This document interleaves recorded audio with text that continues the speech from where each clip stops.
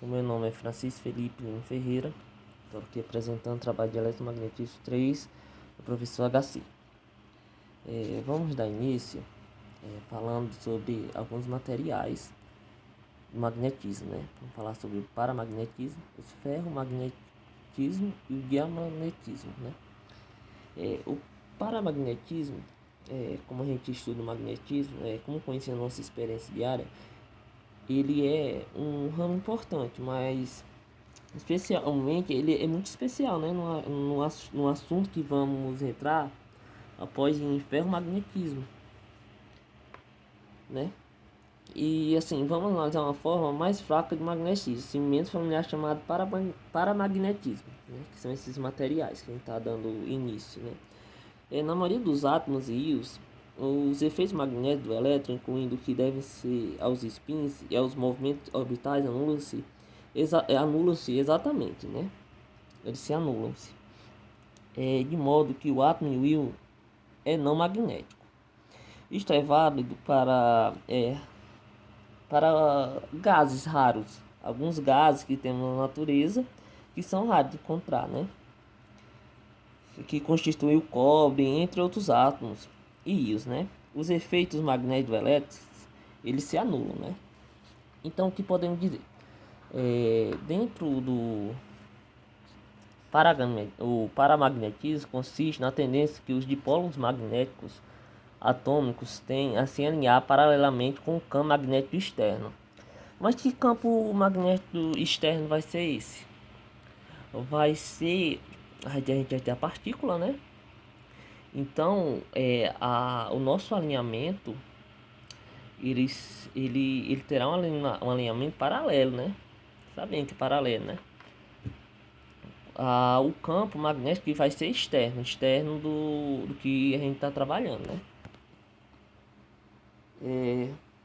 Fazemos expressar o magnetismo dando modo de um material dividindo-se em um momento magnético da amostra pelo volume, né? Esta grandeza vetorial no momento magnético por unidade de medida é m, né? Então, já vamos dar aqui início à lei de Curie, né? De Curie. Sobre baixos campos magnéticos, os materiais magnéticos exibem o magnetismo na mesma direção do campo externo, de acordo com a lei, né? M igual a C vezes B sobre T. O nosso M, o que é que vai ser? Nosso M vai ser o magnetismo resultante. Se o nosso magnetismo da coisa toda, né? Falando em outras palavras, né? O nosso T, ele vai ser a nossa temperatura absoluta, onde ele vai ser medido em kelvins, né? Já nosso B é a nossa densidade de fluxo do magnetismo do campo, né? Esse fluxo a gente vai tirar como base o campo da Terra, tá bom? Então, dando continuidade, sabemos que tem alguns materiais na natureza que são paramagnéticos, né? Tipo o sódio, o magnésio, o cálcio, o estronório, o bório. Todos esses materiais, eles são paramagnéticos, né? Então, não é fácil obter o alinhamento total numa amostra paramagnética, na amostra que a gente fez lá de Curie, né? Então, mas quando a temperatura for suficiente baixa, né? O campo magnético pode atingir 99,5 do valor de saturação do sulfato, de todo o nosso material que teremos lá, né? Agora falando sobre o ferro magnético, quando eu vim falar do magnetismo em conversão informal, sem dúvida imaginamos um ímã atraindo pregos, né? Ou um disco magnético grudado na ponta de uma geladeira. Certamente não pensamos nos efeitos diamagnéticos ou paramagnéticos relativos fracos, mencionados na nossa parte anterior, né, de paramagnéticos, né? Então, o que acontece? Acontece que o ferro e diversos outros elementos, bem como muitas ligas entre eles e outros elementos, apresentam uma interação especial denominada acoplamento de tronca, que permite o alinhamento dos dipolos atômicos em rigoroso paralelismo. Apesar da perturbação em virtude dos movimentos térmicos do átomo, este fenômeno chama de ferromagnetismo, né? É o que a gente está estudando agora, ferromagnetismo. É um efeito puramente quântico e não pode ser explicado em termos de física clássica. Quando a temperatura de um material ferromagnético é elevada acima de um certo valor crítico, denomina-se temperatura de Curie, né? A gente fazendo tendência ou menção à nossa Maria Curie, né? Então ele vai estar entre 1043 kelvins, né? Que é aproximadamente 770 graus Celsius, né? O ferromagnetismo é evidente não só uma propriedade do átomo e do individual, mas também uma consequência da interação com seus vizinhos nas redes cristalinas do sódio. Para estudar o magnetismo de um material ferromagnético, o ferro é conveniente dar-lhe forma de uma toroide fina, né? Então, como é que vai ser a toroide? A gente vai ter ela aqui, ó.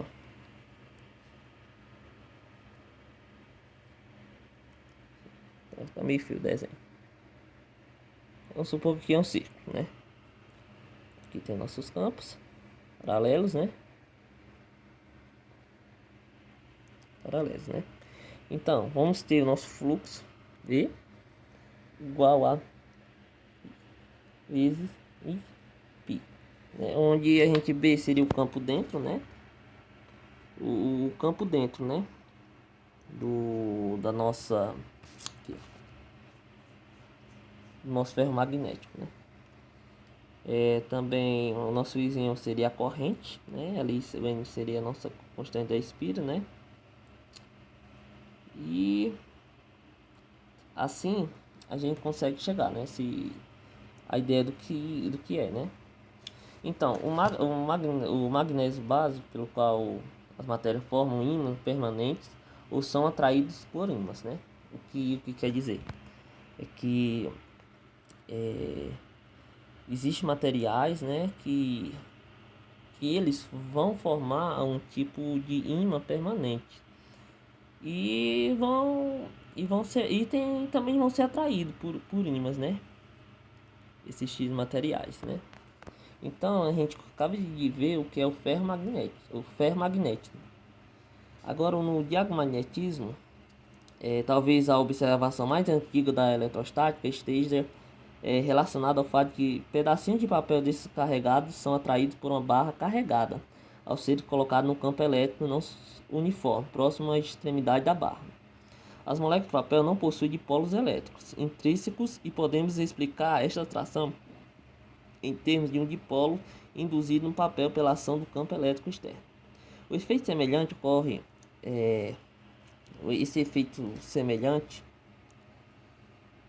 ele ocorre no magnetismo, né? Alguns materiais denominados diamagnéticos não possuem dipolos magnéticos intrínsecos, ou seja, eles não são paramagnéticos, porém é possível induzir dipolos magnéticos nesses materiais pela ação de um campo magnético externo.